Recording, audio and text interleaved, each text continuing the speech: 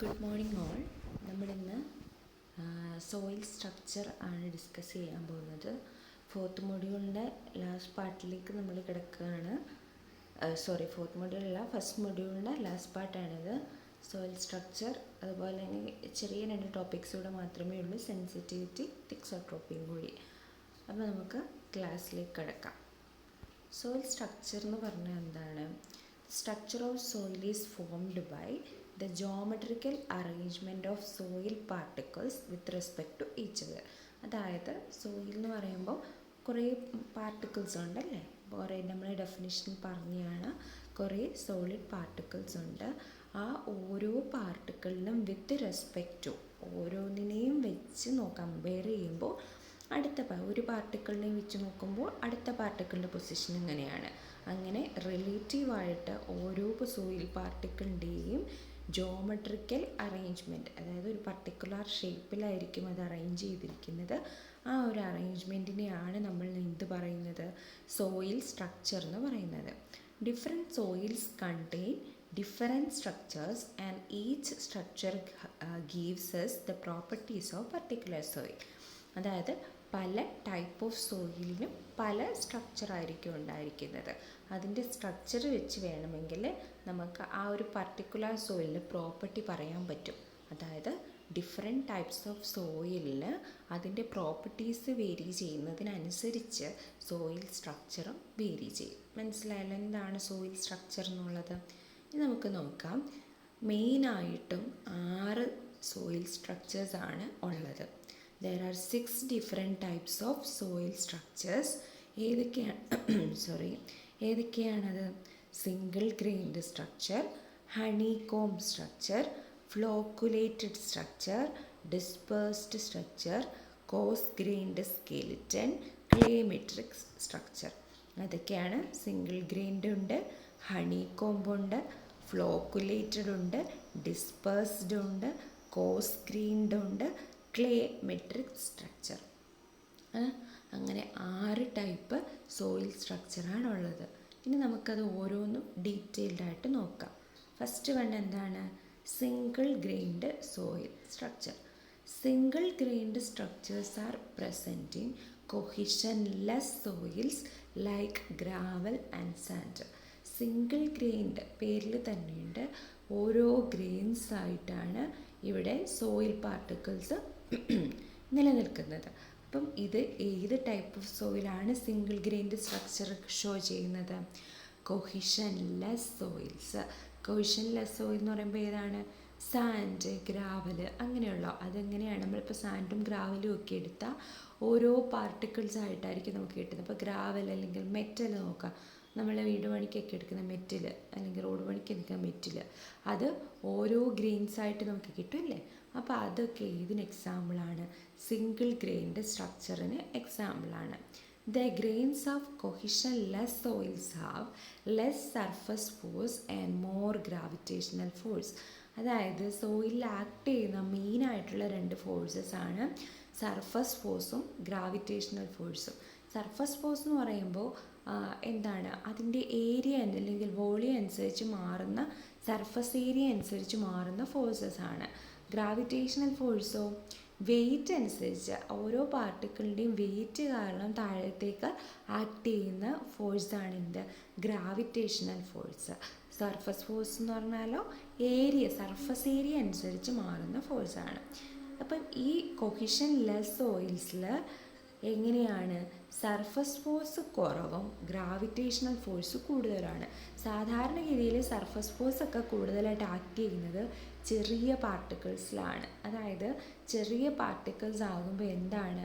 അതിൻ്റെ surface area കൂടുതലായിരിക്കും. അതെങ്ങനെയാണ് സ്പെസിഫിക് സർഫസ് ഏരിയ കൂടുതലാകുന്നത്? എങ്ങനെയാണ്? നിങ്ങൾക്ക് ഡൗട്ട് വരാം, അതെങ്ങനെ സംഭവിക്കും എന്ന് വെച്ചിട്ടുണ്ടെങ്കിൽ, ഇപ്പം നമ്മൾ 1 മീറ്റർ, ഇത് ഞാൻ നിങ്ങളുടെ വോയിഡ് റേഷ്യോ എക്സ്പ്ലെയിൻ ചെയ്ത സമയത്ത് പറഞ്ഞിട്ടുണ്ടെന്നാണ് തോന്നുന്നത്. അപ്പം സർഫസ് ഏരിയ എന്ന് പറയുന്നത് എങ്ങനെയാണ്? സ്പെസിഫിക് നമ്മൾ സർഫസ് ഏരിയ നോക്കുന്നത്, ഇപ്പോൾ 1 മീറ്റർ ക്യൂബ് സാൻഡും എടുക്കുന്നു, അല്ലെങ്കിൽ നമുക്ക് മെറ്റൽ കോസ് ഗ്രൈൻഡ് എന്ന് പറയുമ്പോൾ നിങ്ങൾക്ക് വലിയ മെറ്റൽ പീസ് തന്നെ എടുക്കാമെന്ന് വെച്ചോ. 1 മീറ്റർ ക്യൂബിലുള്ള കോസ് ഗ്രൈൻഡ് സോയിലും എടുക്കുന്നു, 1 മീറ്റർ ക്യൂബിലുള്ള ഫൈൻ ഗ്രൈൻഡ് സോയിലും എടുക്കുന്നു. ഫൈൻ ഗ്രൈൻഡ് എന്ന് പറയുമ്പോൾ ക്ലേ ഒക്കെ. അപ്പോൾ എന്താണ് നമ്മൾ നോക്കുമ്പോൾ സർഫസ് ഏരിയ മൊത്തത്തിൽ നോക്കുമ്പോൾ പെട്ടെന്ന് നമുക്ക് തോന്നും മെറ്റലിനല്ല സർഫസ് ഏരിയ കൂടുതലെന്ന്. പക്ഷേ നോക്കിക്കേ, ഒരു 1 മീറ്റർ ക്യൂബിലുള്ള മെറ്റലിനേക്കാൾ കൂടുതൽ എണ്ണം എന്തുണ്ട്? ഫൈൻ ഗ്രെയിൻഡ് സോയിൽ എടുക്കുമ്പോൾ 1 മീറ്റർ ക്യൂബിൽ തരിതരിതരിയായിട്ടുള്ള കുഞ്ഞു കുഞ്ഞു കുഞ്ഞു പാർട്ടിക്കിൾസ് അല്ലേ. അപ്പോൾ അത് ഒരുപാട് പാർട്ടിക്കിൾസ് ഉണ്ട് 1 മീറ്റർ ക്യൂബിൽ. അപ്പോൾ ഒരുപാട് പാർട്ടിക്കിൾ വരുമ്പോൾ അതിൻ്റെ സർഫസ് ഏരിയ കൂടുതൽ വരും അല്ലേ. നിങ്ങളൊന്ന് ആലോചിച്ച് നോക്കിയാൽ മതി. സർഫസ് ഏരിയ ഒരുപാട് പാർട്ടിക്കിൾസ് വരുമ്പോൾ അത്രയും സർഫസ് ഏരിയ കൂടിക്കൊണ്ടേയിരിക്കും. അതുകൊണ്ടാണ് എന്താണ് കൊഹിഷൻ ലെസ് സോയിൽസിൽ സർഫസ് ഫോഴ്സ് കുറവാണെന്ന് പറഞ്ഞത്. കമ്പയർ ചെയ്താണ് പറയുന്നത്. കൊഹിഷൻലെസ് സോയിൽസിൽ അതിൻ്റെ വെയിറ്റ് കൊണ്ടുള്ള ഫോഴ്സ് ആയിരിക്കും കൂടുതൽ, ഗ്രാവിറ്റേഷണൽ ഫോഴ്സ് കൂടുതലും സർഫസ് ഫോഴ്സ് കുറവുമായിരിക്കും. So when we pour some amount of sand or gravel on the ground, the grains will settle using gravitational force rather than surface force. അപ്പോൾ നമ്മൾ പാർട്ടിക്കിൾസിനെ just കുറേ cohesionless സോയിലിനെ നമ്മൾ കോരിക്കൊണ്ടുവന്ന് വേറൊരിടത്ത് നമ്മൾ deposit ചെയ്യുകയാണ് അല്ലെങ്കിൽ പോർ ചെയ്യുകയാണ്. അപ്പോൾ അത് ഡെപ്പോസിറ്റ് ചെയ്യുന്നത് എന്ത് കാരണം അല്ലെങ്കിൽ സെറ്റിൽ ചെയ്യുന്നത് ഏത് ഫോഴ്സ് കാരണമായിരിക്കും? ഗ്രാവിറ്റേഷണൽ ഫോഴ്സ് കാരണമായിരിക്കും. After attaining the final position, each grain is in contact with the surrounding grains and formed structure is called single grained structure. അങ്ങനെ നമ്മൾ കൊണ്ടുവന്ന് ഡെപ്പോസിറ്റ് ചെയ്യുമ്പോൾ അത് സെറ്റിലായി ഒരു ഫൈനൽ പൊസിഷൻ അറ്റൈൻ ചെയ്യും. അപ്പോൾ എങ്ങനെയാണ്? Each grain is contact with the surrounding grains. ഓരോ ഗ്രെയിനും ചുറ്റുമുള്ള മറ്റ് ഗ്രെയിൻസുമായിട്ട് കോണ്ടാക്റ്റിൽ വരും. അങ്ങനെ ഫോം ചെയ്യുന്ന ഒരു സ്ട്രക്ചറിനെയാണ് നമ്മൾ സിംഗിൾ ഗ്രെയിൻഡ് സോയിൽ സ്ട്രക്ചർ എന്ന് പറയുന്നത്. മനസ്സിലായല്ലോ? ഇതാണ് സിംഗിൾ ഗ്രെയിൻഡ് സോയിൽ സ്ട്രക്ചറിൻ്റെ ഒരു ഫിഗർ ഞാൻ കാണിച്ചേക്കുകയാണ്. ഇത് അതായത് ഒരിടത്തുനിന്ന് ഒരു സോയിൽ കൊണ്ടുവന്ന് നമ്മൾ ഡെപ്പോസിറ്റ് ചെയ്തപ്പം ഇങ്ങനെയാണ് കാണുന്നത്. അതുപോലെ ഇതാണ് നമ്മൾ റെപ്രസെൻ്റ് ചെയ്യുന്ന സാധാരണ കാണിക്കുന്ന ഒരു ഫിഗറാണ് സിംഗിൾ ഗ്രെയിൻഡ് സ്ട്രക്ചറിൻ്റെ. ഓക്കെ, ഇനി അടുത്തത് The single grained structure soils are deposited under gravitational force, but here the position of particles after settling also matters. നമ്മൾ ഗ്രാവിറ്റേഷണൽ ഫോഴ്സ് കാരണം അത് സെറ്റിൽ ചെയ്യും. പക്ഷേ സെറ്റിൽ ചെയ്ത ശേഷം ആ ഒരു സെറ്റിലിംഗ് ചെയ്തതിന് ശേഷം ഓരോ പാർട്ടിക്കിളുടെ പൊസിഷനും നമ്മൾ കൺസിഡർ ചെയ്യണം. Okay, let us assume that all the particles are spherical in nature, then maximum word ratio is equal to 0.9 is occurred when they positioned in cubical array manner, which is as shown in figure and is called as the loosest state of soil. അതായത് നമ്മൾ കൊണ്ടുവന്ന് deposit ചെയ്ത് കഴിയുമ്പോൾ എങ്ങനെയായിരിക്കും? അതിപ്പോൾ നമ്മൾ correct സ്പെറിക്കലായിട്ടാണ് ഓരോ പാർട്ടിക്കിളും ഇരിക്കുന്നതെന്ന് വെച്ചു. പക്ഷേ പ്രാക്ടിക്കലി അങ്ങനെ അല്ല. അപ്പോൾ അതുകൊണ്ടാണ് പറഞ്ഞത് നമ്മൾ അസ്യൂം ചെയ്യുകയാണ് ഓരോ സോയിൽ പാർട്ടിക്കിളും സ്പെറിക്കൽ ഷേപ്പിലാണ് എന്ന് നമ്മൾ അസ്യൂം ചെയ്താൽ അതിൽ മാക്സിമം വേർഡ് റേഷ്യോ അറ്റൈൻ ചെയ്യുന്ന ഒരു കണ്ടീഷൻ ഉണ്ടായിരിക്കും. അത് മെയിനായിട്ട് എപ്പോഴായിരിക്കും? ക്യൂബായിട്ട് ഇതിനെ അറേഞ്ച് ചെയ്യുകയാണെങ്കിൽ, ക്യൂബിക്കൽ അറേഞ്ച്മെൻ്റ് ആണെങ്കിൽ അതെങ്ങനെയായിരിക്കും? മാക്സിമം വേർഡ് റേഷ്യോ എക്സ്പോസ് ചെയ്യും. അതിൻ്റെ വാല്യൂ എത്രയാണ്? 0.9 ആയിരിക്കും. ഈ മാക്സിമം വരുന്ന എത്രയാണ്? 0.9 ആയിരിക്കും. ആ ഒരു കണ്ടീഷനാണ് എന്ത്? സോയിലിൻ്റെ ലൂസസ്റ്റ് കണ്ടീഷൻ എന്ന് പറയുന്നത്. അതിൽ കൂടുതൽ സോയിലിന് ലൂസാകാൻ പറ്റില്ല. ഏറ്റവും ലൂസസ്റ്റ് കണ്ടീഷൻ എന്ന് പറയുന്നത് വേർഡ് റേഷ്യോ 0.9 ആകുമ്പോഴാണ്. ഓക്കെ, അപ്പോൾ നമ്മൾ അതിന് എന്തൊക്കെ അസ്യൂം ചെയ്തു? സോയിൽ പാർട്ടിക്കിൾസ് എന്താണെന്ന്? സ്ഫിയർ ആണെന്ന്, സ്പെറിക്കൽ ഷേപ്പ് ആണെന്നും അസ്യൂം ചെയ്തു. ക്യൂബിക്കൽ അറേഞ്ച്മെൻ്റ് ആണെന്നും അസ്യൂം ചെയ്തു. Okay, similarly, minimum word ratio is equal to 0.35 will occur if they positioned in diagonal packing manner as shown in figure, which is called densest state. അപ്പോൾ നേരത്തെ നമ്മൾ എന്ത് പറഞ്ഞു? Maximum word റേഷ്യോൻ്റെ കാര്യം പറഞ്ഞു. ഇനി മിനിമം വേർഡ് റേഷ്യോ എപ്പോഴാണ് occur ചെയ്യുന്നത്? ഇവിടെയും സ്പെറിക്കൽ പാർട്ടിക്കിളാണ് നമ്മൾ അസ്യൂം ചെയ്തു. പക്ഷേ അത് അറേഞ്ച് ചെയ്ത് എങ്ങനെയാണ്? ഡയഗണലായിട്ട് അറേഞ്ച് ചെയ്തു. നോക്കിക്കേ, ഇതാണ് ആ സമയത്തെ ഈ മിനിമം എത്രയാണ്? 0.35. ഈ രണ്ട് അറേഞ്ച്മെൻറ്റ് നിങ്ങൾ നോക്കാം. കണ്ടോ, ഇത് ക്യൂബായിട്ട് നമ്മൾ അറേഞ്ച് ചെയ്തിരിക്കുന്നു, ഒന്നിന് താഴെ ഒന്നായിട്ട്, ഒന്നിന് താഴെ ഒന്നായിട്ട്.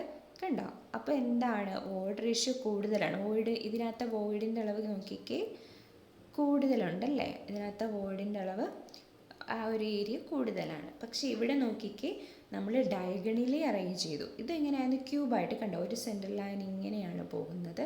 ഇവിടെ നോക്കിക്കേ ഡയഗണലി നമ്മൾ അറേഞ്ച് ചെയ്തു. നോക്ക്, കണ്ടോ, ഒരു ഡയഗണലായിട്ടാണ് അറേഞ്ച് ചെയ്തേക്കുന്നത്. അങ്ങനെ അറേഞ്ച് ചെയ്തപ്പോഴല്ലെങ്കിൽ നോക്കിക്കേ ഈ രണ്ടെണ്ണത്തിൻ്റെ ഇടയിലുള്ള ഗ്യാപ്പിലാണ് അടുത്ത പാർട്ടിക്കിൾ വരുന്നത്. ഈ ഒരു ഇതിനെയാണ് നമ്മൾ എന്ത് പറയുന്നത്, ഡെൻസസ്റ്റ് സ്റ്റേറ്റ് എന്ന് പറയുന്നത്. ഈ മിനിമം എത്രയായിരിക്കും, 0.35 ആയിരിക്കും. Okay. The single grained structure soils are deposited under gravitational force. Okay, ഞാനിത് സ്ലൈഡ് പറഞ്ഞതാണ്, sorry. In general, the particles are not spherical in nature, but we can say that the void ratio of single grained particles is in between 0.35 to 0.9. Okay.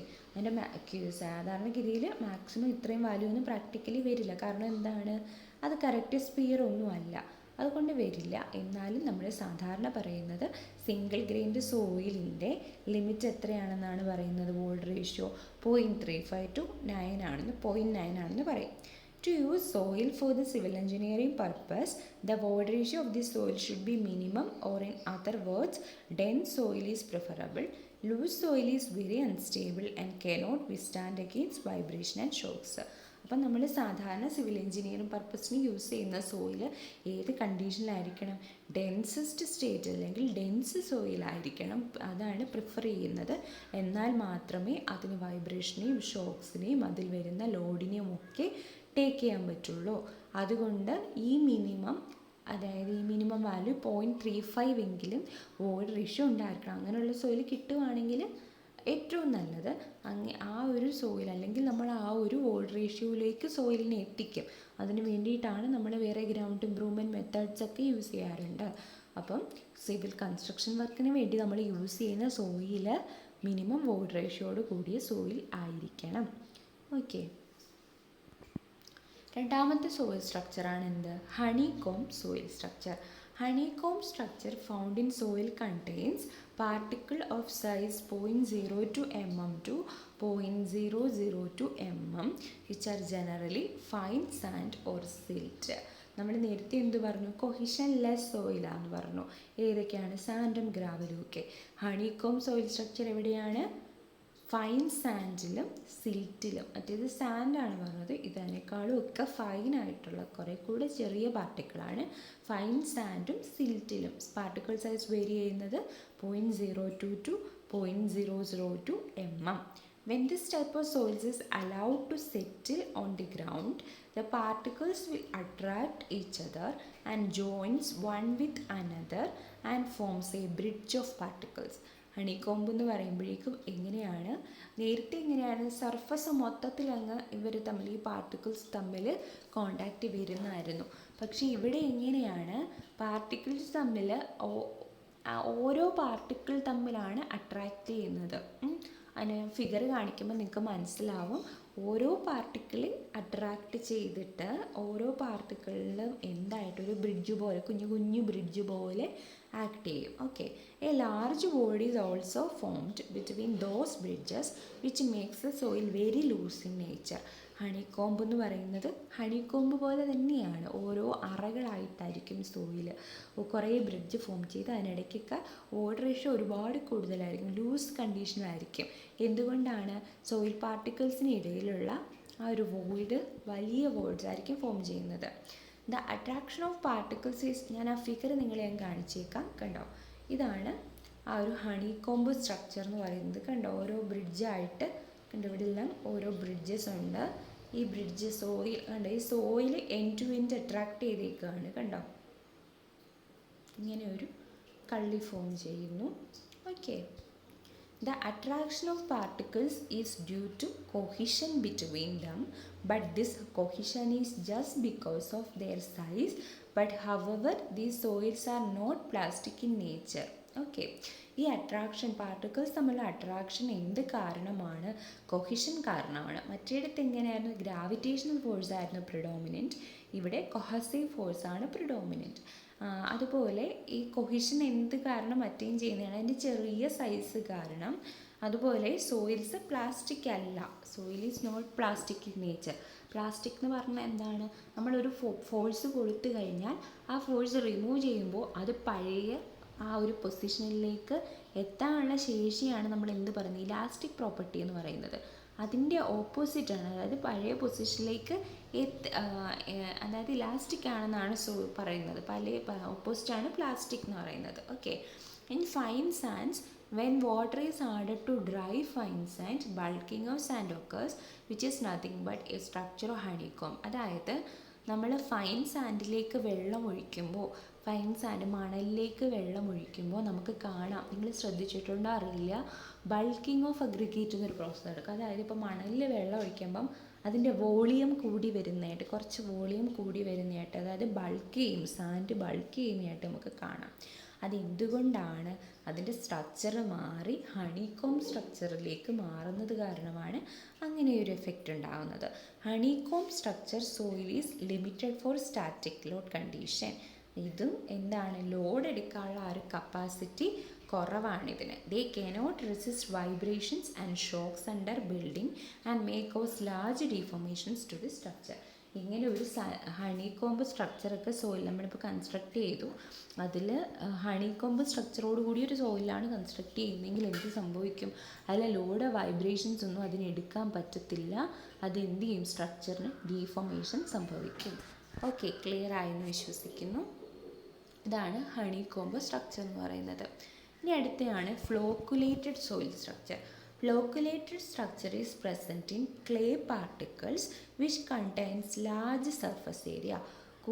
ഒരുപാട് surface area കൂടുതലുള്ള പാർട്ടിക്കിൾസായ clay particle, അതായത് fine grained soils ആണല്ലേ. അപ്പോൾ ആ fine grained സോയിൽസിലാണ് എന്ത് കാണുന്നത്? ഫ്ലോക്കുലേറ്റഡ് structure കാണുന്നത്. ഞാൻ നേരത്തെ പറഞ്ഞു എന്തുകൊണ്ടാണ് അതിന് സർഫസ് ഏരിയ കൂടുതലാണെന്ന് ഞാൻ പറഞ്ഞതല്ലേ. ക്ലേ പാർട്ടിക്കിൾസിന് സൈസ് കുറവാണ്, പക്ഷേ സർഫസ് ഏരിയ കൂടുതലാണെന്ന് ഞാൻ പറഞ്ഞു. അതാണ് ഫ്ലോക്കുലേറ്റഡ് സ്ട്രക്ചർ എന്ന് പറയുന്നത്. ഫൈൻ ഗ്രെയിൻഡ് സോയിലിന് ഫ്ലോക്കുലേറ്റഡ് സ്ട്രക്ചറാണ്. These are charged particles which have positive charge on the edges and negative charge on the face of the particle. ഈ ഫ്ലോക്കുലേറ്റഡ് സ്ട്രക്ചർ അല്ലെങ്കിൽ ക്ലേ പാർട്ടിക്കിൾസ് എങ്ങനെയാണ്? ചാർജ് ഉള്ള പാർട്ടിക്കിൾസ് ആണ് ക്ലേ പാർട്ടിക്കിൾസിൽ. ക്ലേ പാർട്ടിക്കിൾസിന് സർഫസിൽ നെഗറ്റീവ് ചാർജും അതിൻ്റെ എൻഡിൽ, അതായത് ജസ്റ്റ് ഒരു റോഡ് പോലെയാണ് ആക്ട് ചെയ്യുന്നതെങ്കിൽ അതിൻ്റെ രണ്ട് എൻഡ്സിൽ, ആ എൻഡ്സിൽ എന്തായിരിക്കും? എൻഡിൽ പോസിറ്റീവ് ചാർജും അതിൻ്റെ സർഫസിൽ നെഗറ്റീവ് ചാർജും ആയിരിക്കും. When there is net attractive force between the particles, then positive charged particles attracted towards negatively charged faces, which results the formation of flocculated structure. അതായത് ഒരു പാർട്ടിക്കിളിൻ്റെ എൻഡിൽ പോസിറ്റീവും ഉണ്ട്, സർഫസിൽ നെഗറ്റീവും ഉണ്ട്. അതുപോലെ വേറൊരു പാർട്ടിക്കിളിനും ഇതുപോലെയുണ്ട്. എങ്ങനെയാണ്?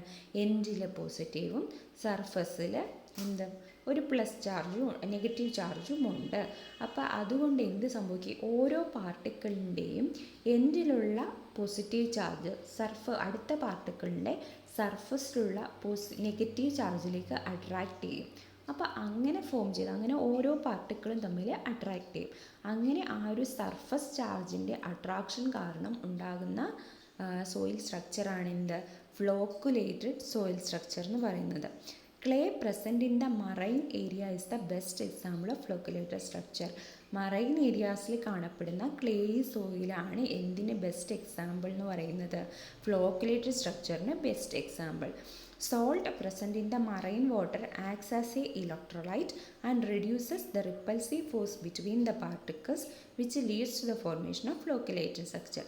അതായത് ഇവിടെ സോൾട്ട് ഉണ്ടായിരിക്കുമല്ലോ മറൈൻ സോയിൽ എന്ന് പറയുമ്പോഴേക്കും, അവിടെ മറൈൻ ഏരിയയിൽ സോൾട്ട് ഉണ്ട്, അതൊരു ഇലക്ട്രോലൈറ്റായിട്ട് ആക്ട് ചെയ്യുകയും ഈ പാർട്ടിക്കിൾസ് തമ്മിലുള്ള റിപ്പൽസീവ് ഫോഴ്സിനെ കുറച്ച് അട്രാക്റ്റീവ് ഫോഴ്സ് കൂട്ടുകയും ചെയ്യുന്നു. നമുക്ക് ഓൾറെഡി പോസിറ്റീവും നെഗറ്റീവും തമ്മിലുള്ള അട്രാക്ഷൻ ഉണ്ട്.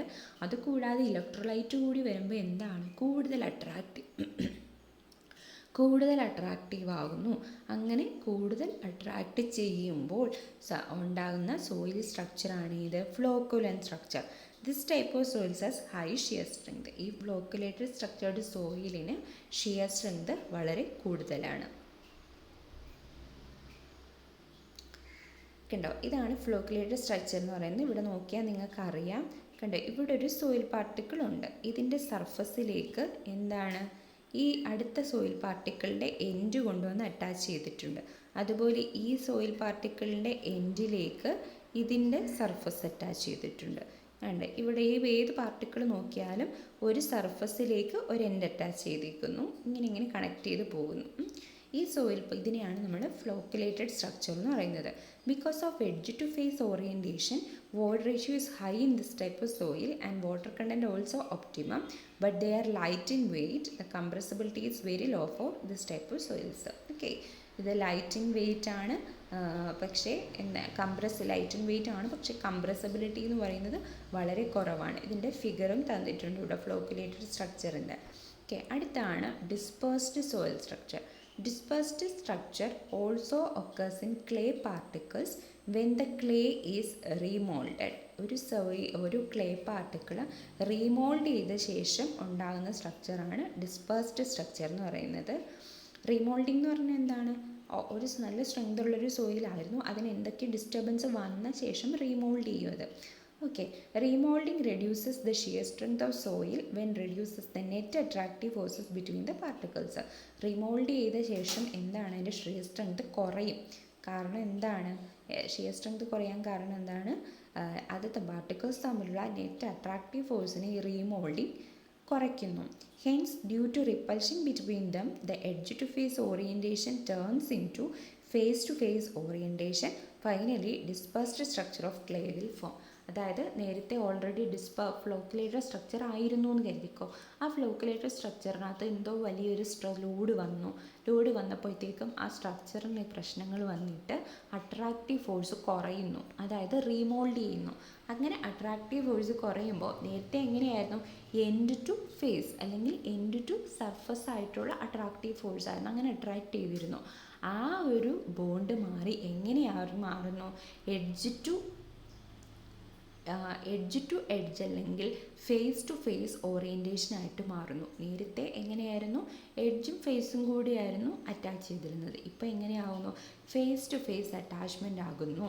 അങ്ങനെ ഫോം ചെയ്യുന്ന അതായത് റീമോൾഡഡ് ക്ലേയിൽ ഫോം ചെയ്യുന്ന സ്ട്രക്ചറാണ് ഡിസ്പേഴ്സ്ഡ് സോയിൽ സ്ട്രക്ചർ എന്ന് പറയുന്നത്. കണ്ടോ, ഇവിടെ നോക്കിക്കേ, ഇതിൻ്റെ ഒരു സോയിൽ പാർട്ടിക്കിളിൻ്റെ സർഫസിലോട്ടാണ് അടുത്ത സോയിൽ പാർട്ടിക്കിൾ അറ്റാച്ച് ചെയ്തിരിക്കുന്നത്. അതായത് ഇതിൻ്റെ എൻഡിൽ ഈ സോയിൽ പാർട്ടിക്കിളിൻ്റെ എൻഡും തമ്മിലാണ് അറ്റാച്ച് ചെയ്തിരിക്കുന്നത്. ഇങ്ങനെ ഫോം ചെയ്യുന്ന സ്ട്രക്ചറാണ് എന്ത്? Dispersed structure. അതിൻ്റെ ഫിഗർ ഇതേ കണ്ടിട്ടുണ്ട്. റീമോൾഡ് ചെയ്ത സോയിലാണ് ഇങ്ങനെ വന്നിരിക്കുന്നത്. This type of soil is highly compressible and less permeable. ഈ ടൈപ്പ് ഓഫ് സോയിൽ എങ്ങനെയായിരിക്കും? ഹൈലി കംപ്രസിബിൾ ആയിരിക്കും, പക്ഷേ ലെസ് പെർമിബിൾ ആയിരിക്കും. The loss of strength during remoulding is slowly achieved by the soil with time. നമ്മൾ ഈ ഒരു regain ചെയ്യുന്ന, അതായത് സ്ട്രെങ്ത് അതിന് നഷ്ടമാകും, പക്ഷേ അത് പയ്യെ നാച്ചുറലി ആ ലോസ് ആയ സ്ട്രെങ്ത് റീഗെയിൻ ചെയ്യും. ആ ഒരു പ്രോസസ്സിനെയാണ് നമ്മൾ എന്ത് പറയുന്നത്? തിക്സോട്രോപ്പി എന്ന് പറയുന്നത്. The process of regaining it's strength after remould ചെയ്ത ശേഷം, അതായത് ആദ്യം ഒരു നല്ല സ്ട്രെങ്ത് ഉണ്ടായിരുന്ന സോയിലാണ്, വേറെ ഫോഴ്സൊക്കെ വന്നപ്പോഴത്തേക്ക് അത് റീമോൾഡ് ആവാൻ അതിൻ്റെ സ്ട്രെങ്ത് ലൂസായി. പക്ഷേ ഈ ലൂസായ സ്ട്രെങ്ത് അതിനെ റീഗെയിൻ ചെയ്യാൻ പറ്റും. അങ്ങനെ റീഗെയിൻ ചെയ്യുന്ന ആ ഒരു പ്രോപ്പർട്ടിയെയാണ് നമ്മൾ എന്ത് പറയുന്നത്?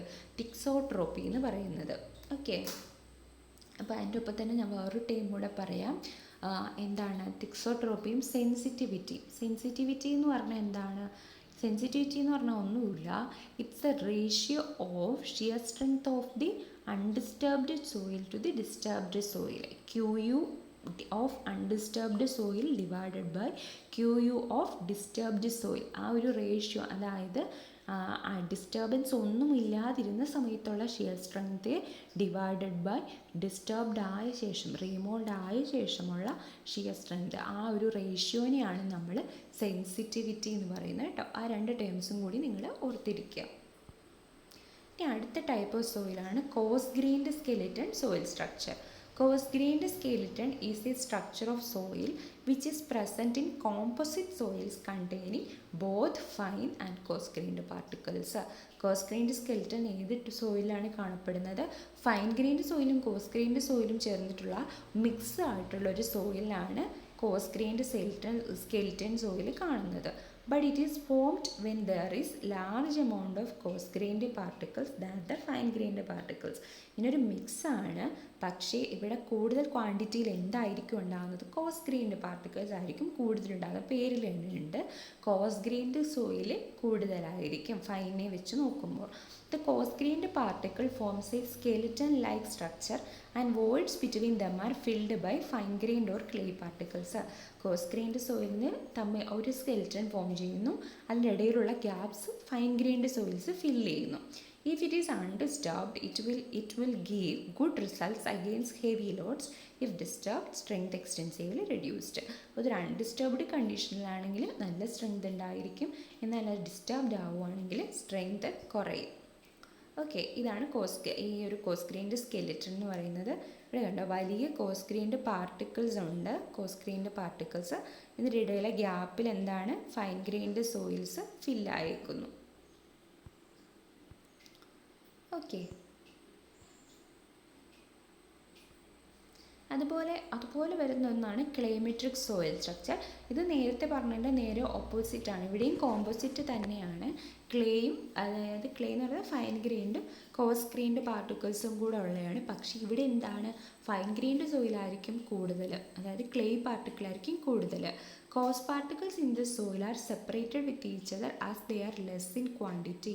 ഈ കോസ് ഗ്രെയിൻഡ് സോയിൽസ് തമ്മിൽ വലിയ ബന്ധമൊന്നും ഉണ്ടാവില്ല, കാരണം അത് കുറച്ചേ ഉള്ളൂ. അപ്പോൾ അതെങ്ങനെയായിരിക്കും? ഫൈൻ ഗ്രെയിൻഡ് സോയിലിനകത്ത് കുറേ ക്ലേ പാർട്ടിക്കിൾസ് ചുമ്മാ, ഇപ്പോൾ നമ്മളൊരു തണ്ണിമത്തന് എടുക്കുകയാണെങ്കിൽ അതിനകത്ത് അതിൻ്റെ അരി ഉണ്ടാവില്ലേ, അതുപോലെ അതിൻ്റെ വിത്ത് ഉണ്ടാകുന്ന പോലെ അവിടെ ഇവിടെയായിട്ട് കോസ് ഗ്രെയിൻഡ് പാർട്ടിക്കിൾസ് ഉണ്ടായിരിക്കും. This type of soil is very stable in nature and it has some same properties of an ordinary clay deposit. Clay particles ആണ് കൂടുതൽ, അതുകൊണ്ട് ക്ലേ സോയിലിൻ്റെ അതേ പ്രോപ്പർട്ടി ആയിരിക്കും ഈ ക്ലേമെട്രിക് സോയിൽ സ്ട്രക്ചർ കാണുന്നത്. കണ്ടോ, ഇതിൽ അവിടെ ഇവിടെയായിട്ട് കുറേ ക്ലേ പാർട്ടിക്കിളുണ്ട്. കണ്ടോ, ഈ ചെറിയ പാർട്ടിക്കിൾ ക്ലേ പാർട്ടിക്കിൾസ് ആണ്. അവിടെ ഇവിടെയായിട്ട് എന്തുണ്ട്? അവിടെ ഇവിടെയായിട്ട് ഗ്രാവൽ അല്ലെങ്കിൽ കോസ് ഗ്രെയിൻഡ് പാർട്ടിക്കിൾസ് ഉണ്ടായിരിക്കും. കണ്ടോ, അതിൻ്റെ ഫിഗറാണ് ഈ കാണിച്ചിരിക്കുന്നത്. അപ്പോൾ ഇത്രയാണ് നമുക്ക് സോയിൽ സ്ട്രക്ചറിൽ പറയാനുള്ളത്. അതിനകത്ത് ജസ്റ്റ് ഞാൻ തിക്സോട്രോപ്പിയും സെൻസിറ്റിവിറ്റി കൂടി പറഞ്ഞിട്ടുണ്ട്.